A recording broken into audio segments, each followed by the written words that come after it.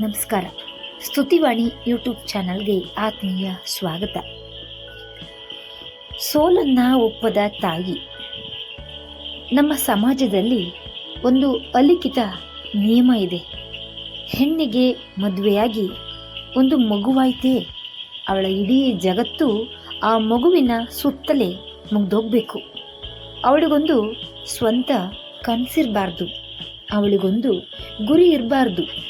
ಒಂದು ವೇಳೆ ಆಕೆ ಮದುವೆ ಆದಮೇಲೂ ದೊಡ್ಡದಾಗಿ ಏನನ್ನಾದರೂ ಸಾಧಿಸ್ತೀನಿ ಅಂತಂದರೆ ಈ ಸಮಾಜ ಅವಳನ್ನು ಒಂಥರ ವಿಚಿತ್ರವಾಗಿ ನೋಡಲು ಆರಂಭಿಸುತ್ತೆ. ಆದರೆ ಇದೇ ಸಮಾಜದ ಮುಖಕ್ಕೆ ಸತ್ಯದ ಕನ್ನಡಿ ಹಿಡಿದ ಒಬ್ಬ ಸಾಮಾನ್ಯ ಗೃಹಿಣಿಯ ಕಥೆ ಇದು.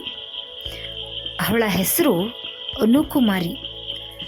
1984ರಲ್ಲಿ ಹರಿಯಾಣದ ಸೋನಿಪತ್ ಎಂಬ ಮಧ್ಯಮ ವರ್ಗದ ಕುಟುಂಬಗಳು ವಾಸಿಸುವ ಪುಟ್ಟ ಊರಿನಲ್ಲಿ ಅನು ಜನಿಸ್ತಾರೆ.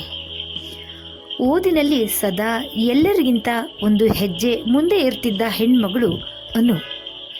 ಆಕೆ ಇಂಜಿನಿಯರಿಂಗ್ ಪದವಿಯನ್ನು ಅತ್ಯಂತ ಯಶಸ್ವಿಯಾಗಿ ಮುಗಿಸ್ತಾರೆ. ಅಷ್ಟಕ್ಕೆ ನಿಲ್ಲದೆ ಮುಂದೆ ಪ್ರತಿಷ್ಠಿತ ಸಂಸ್ಥೆಯಿಂದ MBA ಕೂಡ ಪೂರ್ಣಗೊಳಿಸ್ತಾರೆ. ತಕ್ಷಣವೇ ಕಾರ್ಪೊರೇಟ್ ಜಗತ್ತಿನಲ್ಲಿ ಲಕ್ಷಾಂತರ ರೂಪಾಯಿ ಸಂಬಳ ಬರುವ ದೊಡ್ಡ ಕೆಲಸವೂ ಸಿಗುತ್ತೆ. ಹೀಗೆ ಜೀವನ ನಿರಾಳವಾಗಿ ಸಾಗ್ತಾ ಇತ್ತು. ಬಳಿಕ ಮದುವೆ ಆಯಿತು. ಮದುವೆಯಾದ ನಂತರ ಹೊಸದೊಂದು ನಗರಕ್ಕೆ ಅವರು ಕಾಲಿಡ್ತಾರೆ. ಕಣ್ಮಣಿಯಂತಹ ಮುದ್ದಾದ ಗಂಡ್ಮಗು ಹುಟ್ಟುತ್ತೆ. ಅವನ ಹೆಸರು ವಿಹಾನ್. ಆ ಪುಟ್ಟ ಕಂದಮ್ಮನನ್ನು ನೋಡಿಕೊಳ್ಳಲು, ಸಂಸಾರದ ಜವಾಬ್ದಾರಿಯನ್ನು ಹೊರಲು ಅನು ತಾನು ಅಷ್ಟೊಂದು ಕಷ್ಟಪಟ್ಟು ಇಷ್ಟಪಟ್ಟು ಪಡೆದಿದ್ದ ದೊಡ್ಡ ಕೆಲಸಕ್ಕೆ ರಾಜೀನಾಮೆ ನೀಡ್ತಾರೆ. ಪೂರ್ಣಕಾಲಿಕ ಗೃಹಿಣಿಯಾಗಿ ಮನೆಯ 4 ಗೋಡೆಗಳ ಮಧ್ಯೆ ಬದುಕನ್ನು ಸಾಗಿಸಲು ಆರಂಭಿಸ್ತಾರೆ. ಅನು ಅವರ ಜೀವನದಲ್ಲಿ ಯಾವುದೇ ದುಃಖ ಇರಲಿಲ್ಲ. ಪ್ರೀತಿಸುವ ಪತಿ ಇದ್ದರು, ಆಡಿಸಲು ಮಗ ಇದ್ದ, ತಿನ್ನಲು ಸಾಕಷ್ಟು ಅನ್ನ ಇತ್ತು. ಆದರೆ ಪ್ರತಿದಿನ ರಾತ್ರಿ ಇಡೀ ಸಂಸಾರ ಮಲಗಿದಾಗ, ಮನೆ ನಿಶ್ಶಬ್ದವಾದಾಗ ಅನು ಕಿಟಕಿಯ ಹತ್ತಿರ ಬಂದು ನಿಲ್ತಾ ಇದ್ರು. ಹೊರಗಿನ ಕತ್ಲನ್ನು ನೋಡುತ್ತಾ ಕಣ್ಮುಚ್ಚಿದಾಗ ಅವರ ಮನಸ್ಸಿನ ಆಳದಿಂದ ಒಂದು ಧ್ವನಿ ಕೇಳಿಸ್ತಾ ಇತ್ತು. ಅನು, ನಿನ್ನ ವಿದ್ಯಾಭ್ಯಾಸ, ನಿನ್ನ ಬುದ್ಧಿವಂತಿಕೆ ಕೇವಲ ಅಡುಗೆ ಮನೆಗೆ ಮಾತ್ರ ಸೀಮಿತನ? ನಿನ್ನ ಜೀವನದಲ್ಲಿ ಇನ್ನೂ ಏನೋ ಅಪೂರ್ಣ ಆಗಿದೆ ಅಂತ ಅನಿಸಲ್ವಾ? ಆ ಅಪೂರ್ಣತೆಯ ಭಾವನೆ ಪ್ರತಿದಿನ ಪ್ರತಿ ಕ್ಷಣ ಅವರನ್ನು ಒಳಗಿನಿಂದಲೇ ಕೊರಿತಾ ಇತ್ತು. ಈ ನಡುವೆ ಸಮಾಜದ ಚುಚ್ಚು ಮಾತನ್ನು ಎದುರಿಸ್ತಾರೆ. ಕನಸುಗಳು ಕಣ್ಣಲ್ಲೇ ಕರಗಿ ಹೋಗಬಾರ್ದು ಎಂದು ನಿರ್ಧರಿಸಿದ ಅನು 2013ರಲ್ಲಿ ಒಂದು ದೊಡ್ಡ ಹೆಜ್ಜೆಯನ್ನು ಇಡ್ತಾರೆ. ಭಾರತದ ಅತ್ಯಂತ ಕಠಿಣ ಪರೀಕ್ಷೆ ಎನಿಸಿಕೊಂಡಿರುವ UPSC ನಾಗರಿಕ ಸೇವಾ ಪರೀಕ್ಷೆಯನ್ನು ಬರೆಯಲು ತೀರ್ಮಾನಿಸ್ತಾರೆ. ಆಗ ಅವರಿಗೆ 29 ವರ್ಷ ವಯಸ್ಸು. ಕೈಯಲ್ಲೊಂದು ಪುಟ್ಟ ಮಗು. ದೇಶದ ಅತಿ ದೊಡ್ಡ IAS ಅಕಾಡೆಮಿಗಳಿಗೆ ಹೋಗಿ ಓದಲು ಅವರ ಹತ್ರ ಯಾವುದೇ ಕೋಚಿಂಗ್ ಸಂಸ್ಥೆಯ ಸಹಾಯ ಇರಲಿಲ್ಲ. ಅವರಿಗೆ ಯಾವುದೇ ಮಾರ್ಗದರ್ಶನ ನೀಡಲು ವಿಶೇಷ ಬೆಂಬಲವೂ ಇರಲಿಲ್ಲ. ಇಂಟರ್ನೆಟ್ನಲ್ಲಿ ಸಿಗುವಂತಹ ಉಚಿತ PDFಗಳೇ ಅವರಿಗೆ ಆಸರೆಯಾಗಿದ್ವು. ಮೊದಲ ಬಾರಿ ಪರೀಕ್ಷೆಯನ್ನು ಬರೀತಾರೆ.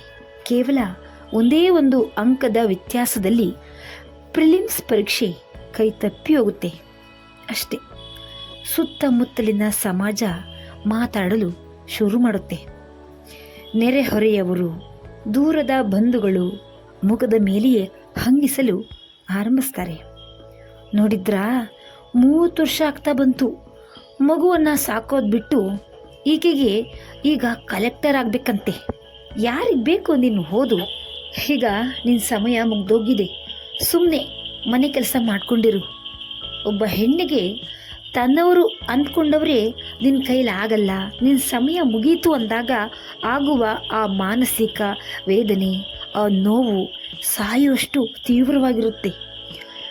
ಸೋಲಿನ ನೋವಿಗಿಂತ ಜನರ ಆ ಚುಚ್ಚು ಮಾತುಗಳು ಅನು ಅವರ ಕಣ್ಣಲ್ಲಿ ನೀರನ್ನು ತರಿಸ್ತಾ ಇದ್ವು. ಆದರೆ ಅನು ಧೃತಿಗೆಡ್ಲಿಲ್ಲ. ಅವರ ಪತಿ ಅವರ ಕೈ ಹಿಡಿದು ಹೇಳ್ತಾರೆ, ಲೋಕ ಏನೇ ಅಂದರೂ ನಾನು ನಿನ್ನ ಜೊತೆಗಿದ್ದೀನಿ, ನೀನು ಚಿಂತೆ ಮಾಡದೆ ಮತ್ತೊಮ್ಮೆ ಪ್ರಯತ್ನಿಸು ಅಂತ. ತಾಯ್ತನದ ಅಗ್ನಿ ಪರೀಕ್ಷೆಯನ್ನು ಎದುರಿಸ್ತಾರೆ. ಅದು 2016 ವರ್ಷ. ಅನುಕುಮಾರಿ ಅವರಿಗೆ ಇದು ಕೊನೆಯ ಮತ್ತು ಅಂತಿಮ ಪ್ರಯತ್ನವಾಗಿತ್ತು. ಆದರೆ ಮನೆಯಲ್ಲಿದ್ದರೆ ಮಗುವಿನ ಕಡೆ ಗಮನ ಹೋಗುತ್ತೆ, ಸರಿಯಾಗಿ ಓದಲು ಸಮಯ ಸಿಗಲ್ಲ ಎಂದು ಅರಿತ ಅನು ಒಬ್ಬ ತಾಯಿಯಾಗಿ ತನ್ನ ಜೀವನದ ಅತ್ಯಂತ ಕಠಿಣ, ಹೃದಯ ಸೀಳುವಂತಹ ನಿರ್ಧಾರವನ್ನು ತೆಗೆದುಕೊಳ್ತಾರೆ. ತಮ್ಮ ಕೇವಲ 1.5 ವರ್ಷದ ಹಸುಗೂಸನ್ನು ತನ್ನ ತಾಯಿಯ ಮನೆಯಲ್ಲಿ ಬಿಟ್ಟು ತಾನು ಸೋದರ ಮಾವನ ಹಳ್ಳಿಯ ಮನೆಯೊಂದರ ಸಣ್ಣ ಕೋಣೆಯಲ್ಲಿ ಒಂಟಿಯಾಗಿ ಉಳಿದುಕೊಂಡು ಓದಲು ನಿರ್ಧರಿಸ್ತಾರೆ. ಒಬ್ಬ ತಾಯಿಗೆ ತನ್ನ ಎದೆಹಾಲಿನ ವಾಸನೆ ಬರುವ 1.5 ವರ್ಷದ ಮಗುವನ್ನು ದೂರ ಇಡುವುದು ಎಷ್ಟು ನರಕಯಾತನೆ ಗೊತ್ತಾ? ಪ್ರತಿದಿನ ಫೋನ್ ಮಾಡಿದಾಗ ಆ ಕಡೆಯಿಂದ ಮಗು ಅಮ್ಮ ಅಮ್ಮ ಎಂದು ಅಳುವ ಧ್ವನಿ ಕೇಳಿದಾಗ ಅನು ಅವರ ಎದೆ ಒಡೆದು ಹೋಗ್ತಿತ್ತು. ಫೋನನ್ನು ಕೆಳಗಿಟ್ಟು ಕತ್ತಲೆಯ ಕೋಣೆಯಲ್ಲಿ ಮಗನ ಬಟ್ಟೆಯನ್ನು ಎದೆಗೆ ಹತ್ತಿಕ್ಕಿಕೊಂಡು ಗಂಟೆಗಟ್ಟಲೆ ಕಣ್ಣೀರನ್ನು ಹಾಕ್ತಾ ಇದ್ರು. ಕಣ್ಣೀರಿನ ಹನಿಗಳು ಪುಸ್ತಕದ ಪುಟಗಳ ಮೇಲೆ ಬಿದ್ದು ಅಕ್ಷರಗಳು ಮುಸುಕಾಗ್ತಿದ್ವು. ಆದರೆ ಅನು ಆ ಕಣ್ಣೀರನ್ನು ತನ್ನ ದೌರ್ಬಲ್ಯ ಮಾಡಿಕೊಳ್ಳಿಲ್ಲ, ಬದಲಾಗಿ ಅದನ್ನೇ ತನ್ನ ಶಕ್ತಿಯನ್ನಾಗಿ ಮಾಡಿಕೊಂಡ್ರು. ನನ್ನ ಮಗನನ್ನು ದೂರ ಇಟ್ಟು ನಾನು ಇಲ್ಲಿ ಕಣ್ಣೀರಾಗ್ತಾ ಇದ್ದೀನಿ ಅಂದರೆ ನನ್ನ ಈ ತ್ಯಾಗಕ್ಕೆ ನಾನು ನ್ಯಾಯ ಒದಗಿಸಲೇಬೇಕು. ನನ್ನ ಮಗನ ತ್ಯಾಗ ವ್ಯರ್ಥವಾಗಲು ನಾನು ಬಿಡೋದಿಲ್ಲ ಎಂದು ಪ್ರತಿಜ್ಞೆ ಮಾಡ್ತಾರೆ. ಈ ನಡುವೆ ಅವರ ದಿನಚರಿ ಹೇಗಿರ್ತಿತ್ತು ಗೊತ್ತಾ? ಹಳ್ಳಿಯಲ್ಲಿ ಎಷ್ಟೋ ಬಾರಿ ಕರೆಂಟೇ ಇರ್ತಿರಲಿಲ್ಲ. ಧಗಧಗಿಸುವ ಸೆಕೆ, ಸೊಳ್ಳೆಗಳ ಕಾಟ. ಆದರೂ ಸತತವಾಗಿ ದಿನಕ್ಕೆ 10ರಿಂದ 12 ಗಂಟೆಗಳ ಕಾಲ ಓದ್ತಾ ಇದ್ರು. ಮಗ ನೆನಪಾದಾಗಲೆಲ್ಲ ಕಣ್ಣೀರನ್ನು ಒರೆಸ್ಕೊಂಡು ಪುಸ್ತಕದ ಕಡೆ ಮುಖ ಮಾಡ್ತಿದ್ರು. ಅವರಿಗೆ ಯಾವುದೇ ಸ್ಟಡಿ ಗ್ರೂಪ್ ಇರಲಿಲ್ಲ. ತಾನೊಬ್ಬಳೇ ಆ ಕತ್ತಲ ಕೋಣೆಯಲ್ಲಿ ದೇಶದ ಅತ್ಯುನ್ನತ ಹುದ್ದೆಗಾಗಿ ಆ ತಾಯಿ ತಪಸ್ಸನ್ನು ಮಾಡ್ತಾ ಇದ್ಲು. ಇಡೀ ದೇಶವೇ ತಲೆ ಬಾಗಿದಂತಹ ಕ್ಷಣ ಹೇಗಿತ್ತು. ದಿನಗಳು ಹೊರಳ್ತಾ ಇದ್ವು. ಪರೀಕ್ಷೆಯೂ ಮುಗಿಯಿತು. 2017 UPSC ಫಲಿತಾಂಶ ಪ್ರಕಟವಾಗುವ ಆ ದಿನ ಬಂದೇ ಬಿಡ್ತು. ಇಡೀ ದೇಶವೇ ಉಸಿರು ಬಿಗಿ ಹಿಡಿದು ಕಾಯ್ತಿತ್ತು. ಲಕ್ಷಾಂತರ ರೂಪಾಯಿ ಕೊಟ್ಟು ದೊಡ್ಡ ದೊಡ್ಡ ಕೋಚಿಂಗ್ ಸೆಂಟರ್ಗಳಲ್ಲಿ ಓದಿದ ದೈತ್ಯ ಪ್ರತಿಭೆಗಳೆಲ್ಲ ಲೀಸ್ಟ್ನಲ್ಲಿ ತಮ್ಮ ಹೆಸರನ್ನು ಹುಡುಕ್ತಾ ಇದ್ರು. ಅನುಕುಮಾರಿ ನಡುಗುವ ತನ್ನ ಬೆರಳುಗಳಿಂದ ಕಂಪ್ಯೂಟರ್ ಪರದೆಯ ಮೇಲೆ ತಮ್ಮ ರೋಲ್ ನಂಬರ್ ಟೈಪ್ ಮಾಡಿದ್ರು. ಅಲ್ಲಿ ಮೂಡಿ ಬಂದ ರಿಸಲ್ಟ್ ನೋಡಿ ಅವರ ಕಣ್ಣುಗಳನ್ನು ನಂಬಲು ಅವರ ಕೈಯಲ್ಲೇ ಸಾಧ್ಯವಾಗಲಿಲ್ಲ.